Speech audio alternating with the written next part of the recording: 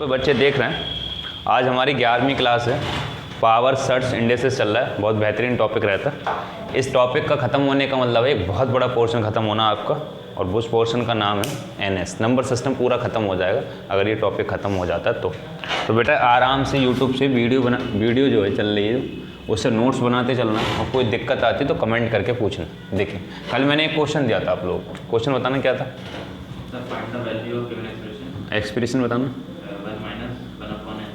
1 minus 1 upon n plus 1 plus 1 minus 2 upon n plus 1 minus 3 upon n plus dot dot dot 1 minus n upon n plus. ये question था जिसको मैं बताना था इसका answer क्या है। इसके बेटा ऑप्शन दे रखे थे। पहला ऑप्शन दे रखा था 0, n/3, n/2, n/2। देखिए हमें समझना है कि इसका आंसर कैसे है। बेटा एक बात बताओ, बन अलग कर लो पहले तो। कल बेटा तू आई नहीं थी, पहले समझ ये ना तो ये एपी बन रही है ना ये जीपी बन रही है, स्टिल हमें सॉल्व करना है। तो मैंने कल 3 फार्मूले लिखवाए, सही है। चलिए 1 मिनट आप लोगों का रिवीजन हो जाएगा, इसकी निगाह में आ जाएगा। बेटा अगर शुरू से लेके फर्स्ट n नेचुरल नंबर का, अगर तुझसे कोई ये पूछे फर्स्ट n नेचुरल नंबर का जोड़ बताओ, dot dot dot dot dot, तो इसका क्या फार्मूला होता है? n into n plus 1 upon 2। कल की यार वीडियो डल जाती, देख ली थी, पता नहीं इसने क्या करा, फ़ोन नहीं उठाया अभी। तुमने करा था फ़ोन से। दूसरा ये है फर्स्ट n नेचुरल नंबर का स्क्वायर, ये कर दिया जाए तो बेटा क्या होता है? बेटा n इंटू अपॉन 6। अगर बेटा q कर दिया जाए तो है बेटा फर्स्ट वाले का स्क्वायर।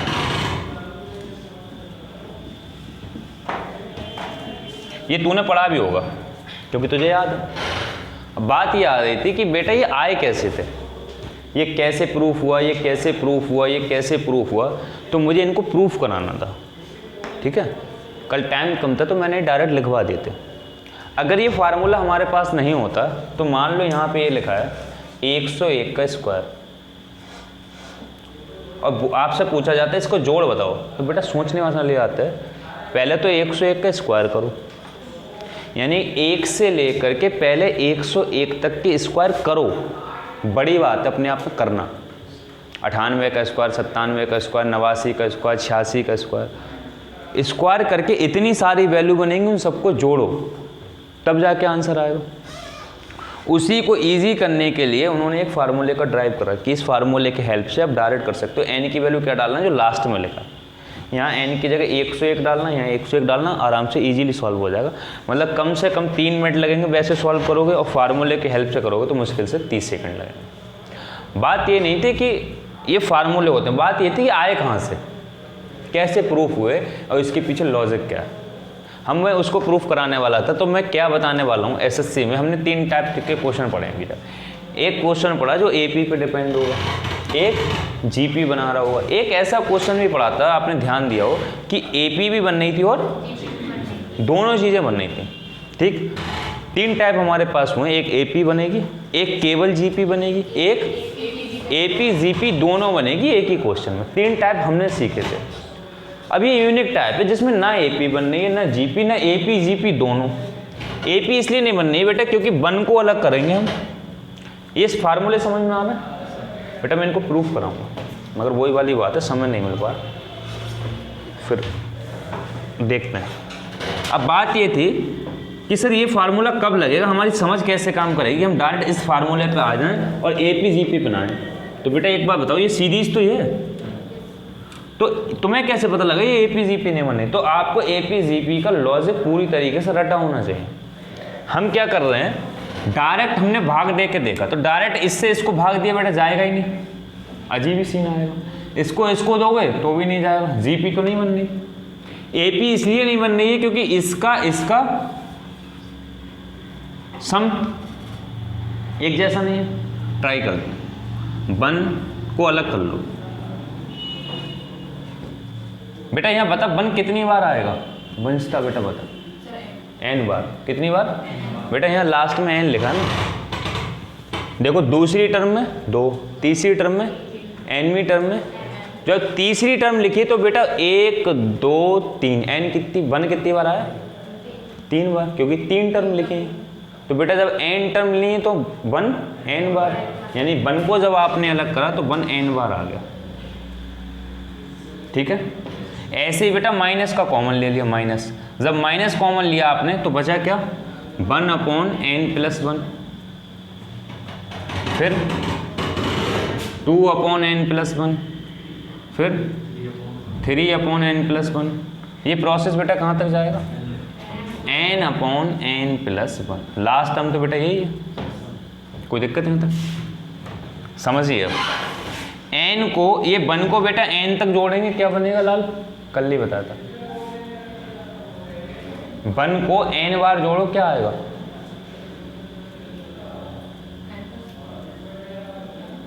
n ही तो आएगा बेटा। 1 को 5 बार जोड़ो, क्या आएगा? 1 को 5 बार जोड़ो, 5 ही तो आएंगे। 1 को 10 बार जोड़ो तो बेटा 1 को n बार जोड़ो, यही तो बताना था। इन सब का जोड़। अब एक बात ध्यान से देखो यार, ये सीरीज तो बनी नहीं, तो AP GP का तो कॉन्सेप्ट लगेगा ही नहीं। यहाँ से कॉमन लो क्या? 1/n+1, क्योंकि हर जगह है, n+1 n+1 n+1 हर जगह है। तो यहाँ कितना बचेगा? 1, यहाँ 2, यहाँ 3, डॉट डॉट डॉट। ये हमने बना लिया, ये था नहीं जिसका हम डायरेक्ट फार्मूला जानते हैं। ये था नहीं, हमने बना लिया जिसका हम डायरेक्ट फार्मूला जानते हैं। तो आपको सीरीज जैसी सीरीज आएगी तो क्या कॉन्सेप्ट, क्या दिमाग दौड़ाना है? सबसे पहले AP ट्राई करना है, फिर GP ट्राई करना है, फिर उसको ब्रेक करके देखना है। कुछ एक AP बननी होगी, एक GP। कुछ ना बनना होगा तो डेफिनेटली इन 2 पे डिपेंड हो, क्योंकि आपके सिलेबस में ही है ना ये यार, आउट ऑफ सिलेबस नहीं आएगा ना क्वेश्चन। ये फार्मूला सिलेबस में है, 3 फार्मूले, तो या तो क्वेश्चन इस पे डिपेंड होगा अगर सीरीज का है तो, या AP पे होगा क्योंकि AP सिलेबस का पार्ट है, या GP पे होगा क्योंकि GP सिलेबस का पार्ट है, या दोनों को मिला के क्वेश्चन बना होगा क्योंकि सिलेबस का पार्ट है। इससे अलग क्वेश्चन नहीं हो सकता ना, जो सिलेबस में नहीं है तो हो कैसे सकता? और भी सीरीज बहुत होती हैं जो BSc में पढ़ाई जाती हैं, मगर वो आपके सिलेबस में नहीं है। अलग सीरीज है जिनको सीक्वेंस बोलते हैं, उनका कोई मतलब नहीं है, अपने आप में अलग चीज़ है। वो बहुत कुछ सीखना पड़ता है BSc में वो चीज़, मगर आपके सिलेबस में नहीं तो सवाल ही नहीं बनेगा, सवाल इन्हीं पे डिपेंड बनेगा। तो 1 सेकंड का काम है, ट्राई करके T2 - T1 = T3 - T2। Check करा नहीं है, बात खत्म। ये तो देखते होने लगेगा, यहाँ प्रैक्टिस काम आएगी बेटा। इसका तो फार्मूला आप जानते हो। बताओ बेटा, फर्स्ट n नेचुरल नंबर का जोड़ क्या होता है? अभी कल ही तो कराया था, n × n+1/2। इस पूरे की वैल्यू डायरेक्ट लिख दी।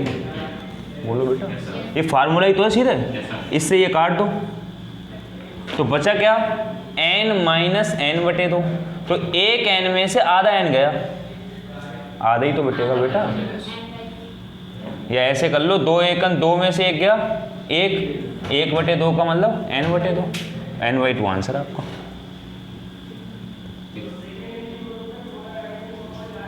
ऐसे क्या हुआ तुझे? चे यार, शक्लें कैसी कर रहे हो? अबे अब वही वाली बात, मैंने एक तरीका बताया था इन सबको सॉर्ट करने का। बताइए बेटा क्या सॉर्ट करने का तरीका जब n का क्वेश्चन होता है? अच्छा बेटा, तेरी तरफ कहा मैंने, ध्यान रखना इस चीज़, सबको मौका दो। इस क्वेश्चन को सॉर्ट कैसे करें?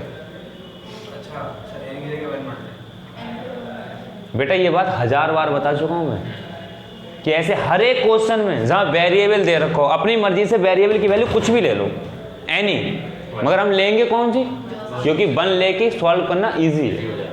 हर एक पे सॉल्व होगा, हर एक पे सॉल्व होगा, मगर सॉल्व तो हमें ही करना है, ये भी तो देखना है।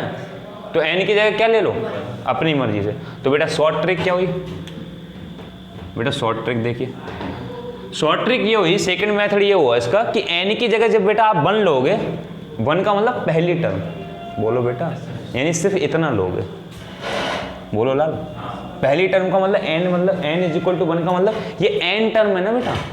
जब 1 लोगे तो एक ही टर्म लोगे, एक ही टर्म का मतलब सिर्फ ये, इसमें n की जगह लाल 1 भरो, तो 1 माइनस 1/2, बोलो यार, यानी कि हम बेटा क्या ले लें, n इज इक्वल टू 1, तो वैल्यू आएगी 1 माइनस 1/2, और आधे एक में से आधा गया, आंसर आ गया 1/, बेटा ये देख लो कौन सा ऑप्शन 1/2 दे रहा है 1 भरने पे। तो बेटा 1 भरो, n की जगह 1 भरो, 1/3, 1/2, यही ऑप्शन सही होगा, बोलो यार, ये 1 सेकंड का आंसर था। तो ऐसे करना नहीं है जो मैंने करा, ये कोई क्वेश्चन ऐसे नहीं करना, सब गलत है तरीका। क्यों, क्योंकि हमें स्टेप के नंबर नहीं मिल रहे हैं, हमें किसके नंबर मिल रहे हैं, ऑप्शन के, हमें तो ऑप्शन मार्क करना है। तो जिस क्वेश्चन में भी n होगा, अपनी मर्जी से n की जगह 1 ले लो, इसे जगह ही जा बेटा, तू जगह, अगर n की जगह 1 लेके आंसर नहीं आया तो बेटा क्या करोगी,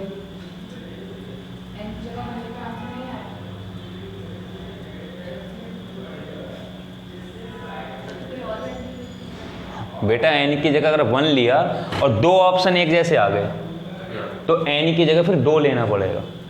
बताया था ये, एक क्वेश्चन कराया था, जब n की वैल्यू कॉन्फ्लिक्ट करेगी, मान लो n बराबर 1 लिया, बाई डिफॉल्ट यहाँ पे भी 1/2 आ गया, यहाँ पे भी 1/2 आ गया, तो फिर n की वैल्यू बदलो, क्या लो, 2 लो, ऐसे हल्के हल्के बढ़ाओ। 3 तक के क्वेश्चन आज तक बना है, टफ से टफ, जो मेंस में आता है, प्री में n बराबर 1 पे सॉल्व हो जाता है, जो मेरा अनुभव रहा है तक। मेंस में कभी कभी हो जाता है 3 वैल्यू तक रखवा लेता है, क्योंकि टाइम किल करना होता है। तो मेंस में मेरे हिसाब से क्या करना चाहिए, तैयारी आप लोगों की होगी तो बताऊंगा, मेंस में हमेशा हम 3 से शुरू करते हैं रखना, पहले 3 रखते हैं, फिर 1 रखते हैं, 2 नहीं रखते, 2 पे या तो लास्ट में ऑप्शन होता है या पहले पे हो जाता है, समझ में आ रहा है। तो चलिए, हाँ बस यार, नंबर सिस्टम के अलावा ये टॉपिक ही कहाँ है, ज्योमेट्री में होगा नहीं, ट्रिगो में ये होगा नहीं, अर्थमेटिक में कभी आ नहीं सकता, तो कहाँ मिलेगा। यही तो बार बार मैं बताने की कोशिश कर रहा हूँ कि 2 ही 3 सीरीज, और मैं क्या कर रहा हूँ कि याद रखना, एक AP बनेगी या GP बनेगी, या दोनों को मिला के बनेगी, या इन 3 फार्मूले पे डिपेंड होगी, इसके सिवा है ही नहीं ना, सिलेबस में नहीं है ना। HP तो इत्तेफाक है यार, अगर आ गई तो तुम्हें पूरा कॉन्सेप्ट पता है, वो AP तो ये है, इसको उल्टा मारना है बस, ठीक है, ये नोट करिए, फिर आगे चलो।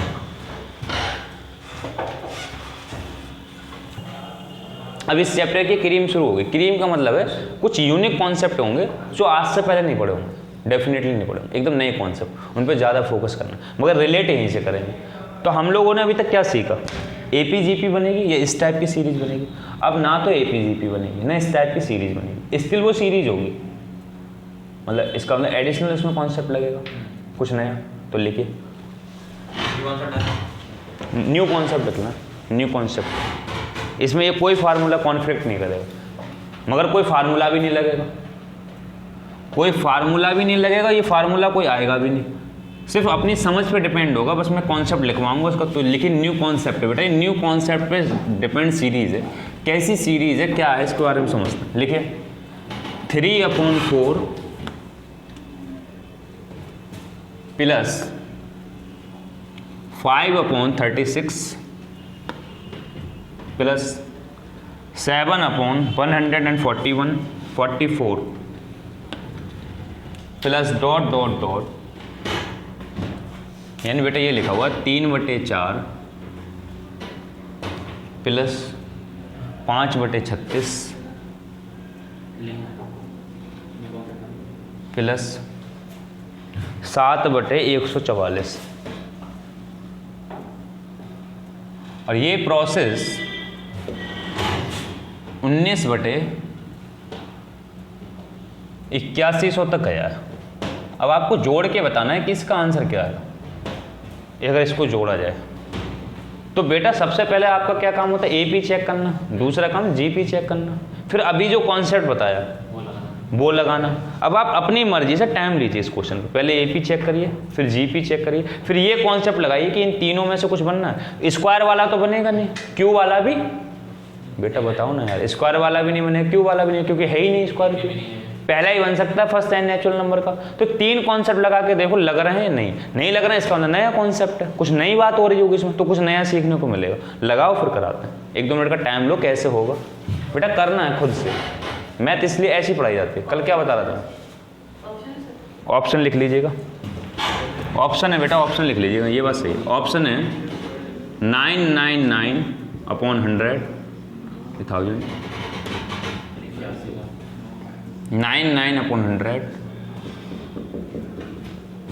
99 अपॉन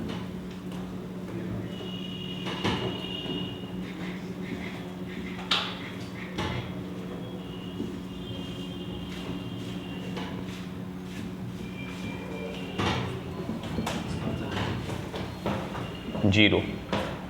ये ऑप्शन है इसका, करिए, दिमाग लगाइए, 1-2 मिनट का टाइम लीजिए। मैथ का मतलब यही है, जब तक आप खुद से नहीं करेंगे नहीं आएगी।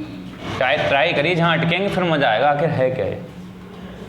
बंद करिए, फिर लगाइए 1-2 मिनट। देखिए अब कई सारे बच्चे सोच रहे होंगे कि सर सिलेबस में हमारे एपी है और जीपी है, और हमने जो 3 फार्मूले पढ़े हैं अभी, sum of first n natural number, sum of first square of n natural number, sum of first cube of natural numbers, यही फार्मूले पढ़े, यही सिलेबस में। इसका मतलब ना तो ये एपी बन रही है, क्यों? क्योंकि सर इसमें अंतर तब देखेंगे जब डिनोमिनेटर सेम हो। डिनोमिनेटर तो सेम है नहीं जिससे हम कॉमन ले लें। मान लो 3 में 5 में 2 का अंतर तो चल रहा है, ये बात तो सच है, इसमें दो राय नहीं है। मगर बेटा गौर वाली बात यह है कि ये अंतर तो तभी सही होगा जब नीचे कॉमन सेम होता, तो कॉमन ले लेते, इसको सीरीज बना देते, नीचे वाली चीज़ कॉमन ले लेते। मान लो हर जगह 2-2 लिखा होता तो 1/2 कॉमन आता, ये सीरीज बन जाती है 19 तक, और सवाल कर लेते हैं। कुल मिला के एपी नहीं बनती, क्यों भाई? इसमें से ये तो घटाओगे और इसमें से ये घटाओगे, बहुत अलग चीज़ें हैं। जीपी भी नहीं है, इससे इसको डिवाइड करोगे पूरा होगा नहीं, इससे इसको डिवाइड करोगे पूरा नहीं होगा, यानी ना एपी बनी ना जीपी। अब बात आई थी फर्स्ट एन नेचुरल नंबर का सम, तो बेटा ये कंडीशन उस क्वेश्चन में ये होती है कि हर चीज़ क्रम से हो, एक से शुरू हो, टूटे ना कहीं, तो टूटी गई यहीं पे, तो बात ही खत्म। अब ऐसे क्वेश्चन में नया कॉन्सेप्ट क्या लगा, हर क्वेश्चन में ध्यान रखना है। तो ऐसा कॉन्सेप्ट फिर एक लास्ट इसी स्टेप से हो रहा है जो हम स्टेप करने जा रहे हैं, एक स्टेप हो रहा है, इसके बाद फिर ऐसे स्टेप नहीं आएंगे। इस टाइप के क्वेश्चन में हमेशा इस डिनोमिनेटर के ऐसे फैक्टर करना है, दिमाग में रखना, कैसे फैक्टर करना है कि उनका डिफरेंस इस न्यूमरेटर के बराबर आ जाए। इसके ऐसे फैक्टर करना है कि उन दोनों फैक्टर को बड़े में से जब छोटा घटाएं तो 5 आ जाए। इसके ऐसे फैक्टर करना है कि बड़े में से छोटा घटाएं तो ये नियम चल रहा है। कुछ समझ में आ रहा है? कब? जब एपी ना बने, जीपी ना बने, वो तीन कॉन्सेप्ट भी ना लगे, तब फिर ये नियम लग रहा होगा। सही है, चलिए चलते हैं। देखिए तो बेटा 4 के फैक्टर करो तो 2 दूनी 4 होता है, 2 में से 2 गया 0, बात बनी। 4 एकन 4 होता है, 4 में से 1 गया 3 है, बढ़िया बात हो गई। अब बेटा 4 में से 1 गया 3 है ना, मगर तुम्हें तो अपॉन में लिखना, तो उल्टा लिखो 1 में से 4, यानी आप लिखो 1/1 माइनस 1/4। तो 1/1 की वैल्यू नहीं है, तो डायरेक्ट मैं क्या लिखूँ, 1 माइनस 1/4। 4 एकन 4 में से 1 गया 3/, समझ में आ रहा है बेटा? बेटा बताओ 36 को कैसे लिखें, कैसे लिखें कि अंतर 5 आ जाए। 9 चौक 36, 9 में से 4 गए बेटा, 9 में से 4, 9 चौक 36 होंगे, 5 बचेंगे, तो किस में से क्या घटाया, 9 में से 4, क्योंकि सीधा सीधा उल्टा होगा तो 4 में से 9, अपॉन में लिखना ना, तो ऐसे लिखो 1/4 माइनस 1/9। बोलो बेटा, 9 एकन 9, 4 एकन 9 में से 4 गए 5, 9 चौक 36, 5/36 लिखा, वही है तरीका अलग। बोलो एक ही लाइन में आंसर आया, यही लाइन है फिर आंसर है। सिर्फ एक लाइन लिखना और आंसर है, इसी लाइन के बाद आंसर, यहीं पे दिमाग है, समझ में आ रहा? इसी को याद करना, इसी की प्रैक्टिस करना। आगे आओ बेटा, बहुत बढ़िया। 16 नेम, मैंने कहा पहाड़े याद होना चाहिए आपको, टेबल अच्छी याद होना चाहिए, यही तो है, वो बेसिक है। क्यू स्क्वायर, कल बताया तुम लड़कियों को, तुम देख रहे थे अपने आप का स्टेटस 1296 आया, काफ़ी हद तक हम गए। तो बेसिक है वो, सिलेक्शन में हर एक सिंगल पहलू का रोल होता है। आपको 30 तक के क्यू, 20 तक के स्क्वायर, 30 तक के स्क्वायर, 20 तक के क्यू, 40 तक पहाड़े, ये सब याद होना चाहिए, तब जाकर के चीज़ें बढ़िया होंगी। सही है? तो बेटा कैसे करें इसको? 16 नेम 144, तो 16 में से 9 जाएंगे, 7 बचेंगे। उल्टा करना है, क्योंकि अपॉन में क्या करना है, 7 में से 16 घटाना है, नहीं 9, तो 16 एकन 16, 9 एकन 9, 16 में से 9 गए 7, और 16 नेम 144, डॉट डॉट डॉट। अब बात यहाँ पे आती है, बड़ा टुकड़ा है, समझने में थोड़ा कंफ्यूजन है कि कैसे कर सकते हैं। इस टाइप के केस में आप क्या करें, 100 को अलग कर लो, 0 को। अब करके देखो क्या है।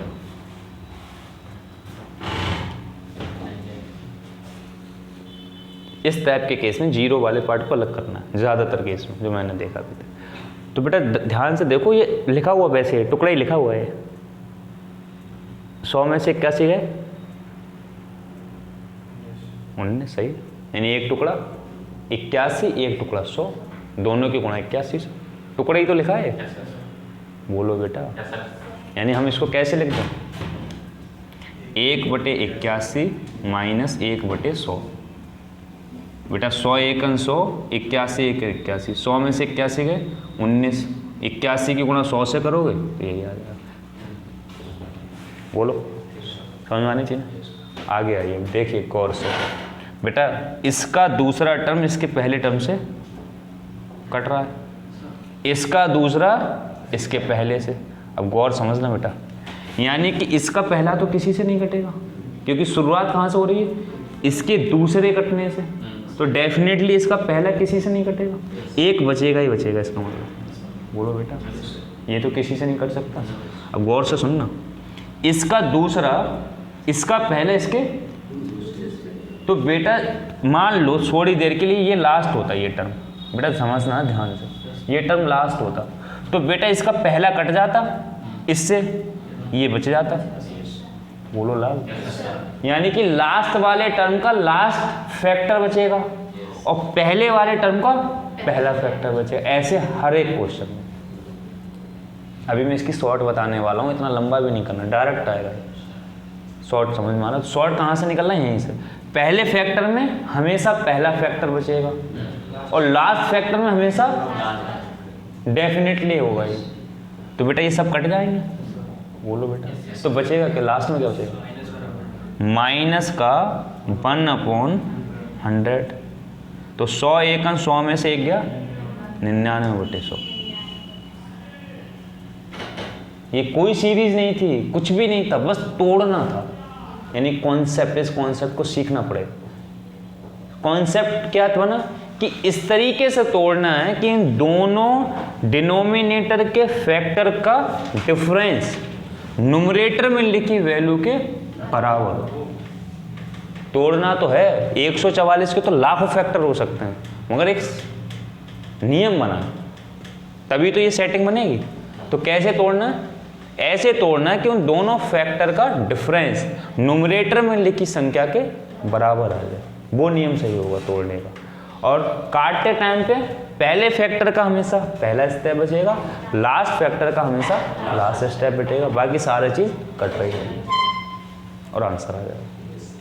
चलें, एक आध क्वेश्चन प्रैक्टिस के लिए लेते हैं, फिर आगे चलते हैं। ठीक, आपको प्रैक्टिस देता हूँ, फिर करें, नोट करिए, फिर चलते हैं।